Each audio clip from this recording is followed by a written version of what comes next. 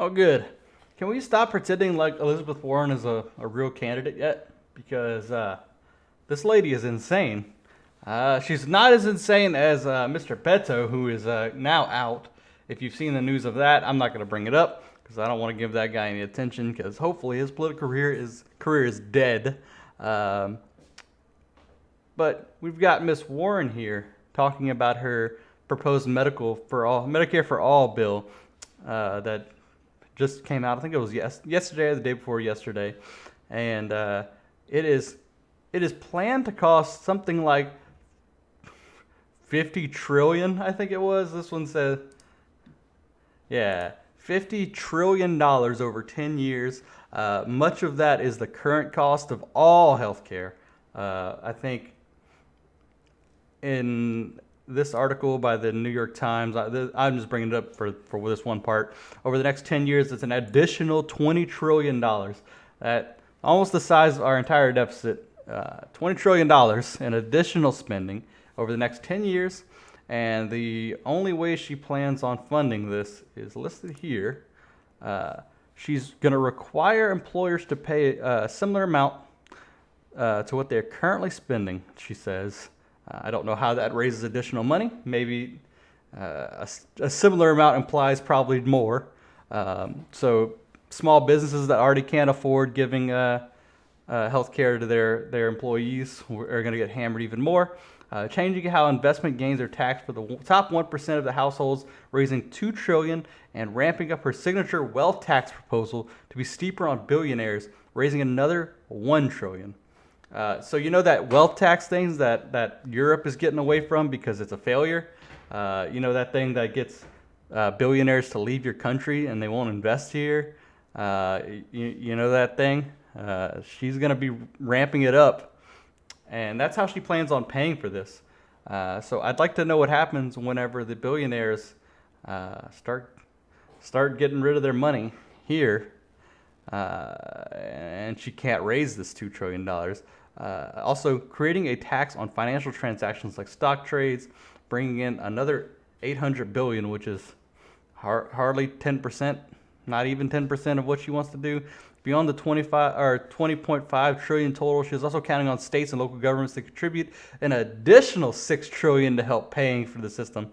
And this is $6 trillion that she plans on the states and local governments paying for, and many states already can't pay for it.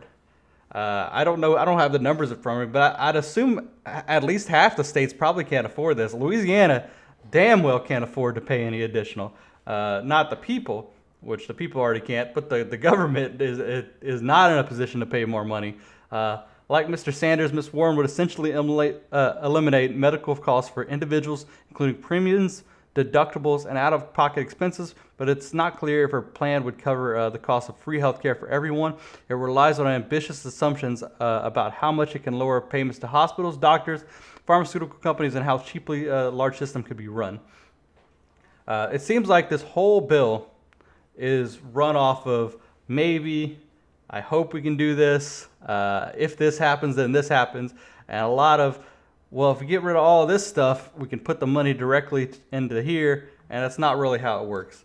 On top of her thinking that she can just do this overnight and jam this bill through like the last one was, it's reported that about 2 million people are going to be laid off or fired because of her bill.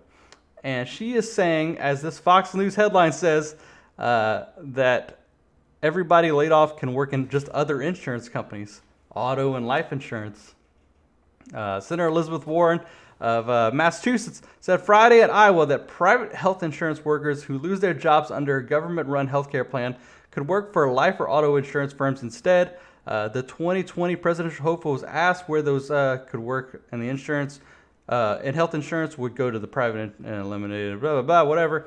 So if you had a chance to read the plan, you'll see that no one gets left behind. She said, no one gets left behind. Some of the people currently working in health insurance will work in other parts of insurance and life insurance, auto insurance, and car insurance. She said there's 5 years of transition support for displaced workers that's built into the plan. The problem with that, though, is where are these jobs coming from? You have to have 2 million insurance jobs for these guys who've invested their careers in this stuff. So if you're a senior, maybe if you're a senior analyst or insurance manager or anything like that, maybe you'll probably be all right. You've put a lot of work into this, and hopefully you don't just lose your job and can't get it back. But there's only so many of those positions to go around. There's a lot of companies out there, and there's a lot of positions to fill. You're putting 2 million people out of work and hoping that there's an equal amount of same paying jobs for these people. This is a catastrophe in the making. We don't need to raise taxes on middle class by 1 penny to finance Medicare for all, the Warren plan said, which I'm going to stop is a complete lie, because as soon as they run out of rich people money, where do you think it's going to come from? It's either going to be debt or it's going to come from the middle class. And we all know how that goes. We're always fine with tax on the middle class. The plan was immediately hammered by both Republicans and her Democrat rivals in the 2020 primary. Former Vice President Joe Biden's campaign even said the plan is unrealistic and leaves only 2 options: even further increase on taxes of the middle class or break a commitment to those promised benefits. The mathematical gymnastics in this plan are all geared toward hiding simple truth from voters. It's impossible to pay for Medicare for all without middle class tax increases. Biden deputy campaign manager said there are some Republicans more blunt in their criticism. This plan is make-believe. The math is bonkers, said Ben Sasse. And it's true. I mean,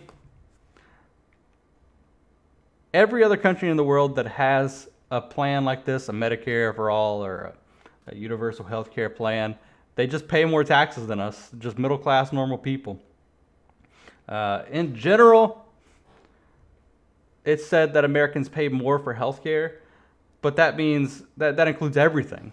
So that includes all your out-of-pocket stuff. So imagine taking all your out-of-pocket purchases and giving it directly to the government, and that's where they're going to generate it from instead. It's still coming from you. You're still paying for it, but that comes from the middle class, and they're going to have to do that if they want to be able to afford this kind of plan. I don't understand why this is even a big deal right now. Wasn't it just a few years back that we got a whole new plan from Mr. Obama that they told us was 100% necessary to come through, that they jammed down our throats, and I have a big old feeling that this would be the same way. I can't wait for Nancy Pelosi, who coincidentally was the same one who did that, who's jamming impeachment down our throats really fast. She's the same one that told me we need to pass the bill to see what's inside of it. And somehow it wasn't good enough, apparently, right? So you're telling me that you lied to the country, and this bill that you promised would fix everything didn't fix everything, and now we've got crazies like Elizabeth Warren coming out and saying we need to do it all again. Why don't we just fix what we got? It's obviously... It obviously wasn't perfect when it came out because we did it too fast, and you're telling me that we have to pay 3 times the cost for this new plan, and we're just gonna do it. We're just gonna kick 2 million people out of jobs for this plan, and we don't even have a working system for the last one you guys forced through. I have a hard time believing all this. All right, I just wanted to give a quick chat on that. I really, if you couldn't tell, don't like Elizabeth Warren. I don't like Beto. I don't like Mr. Biden, even though his criticism is right about this plan. I'm wondering when the Democrats are going to give me something to be cheerful about, because they're putting up a whole bunch of ham sandwiches here.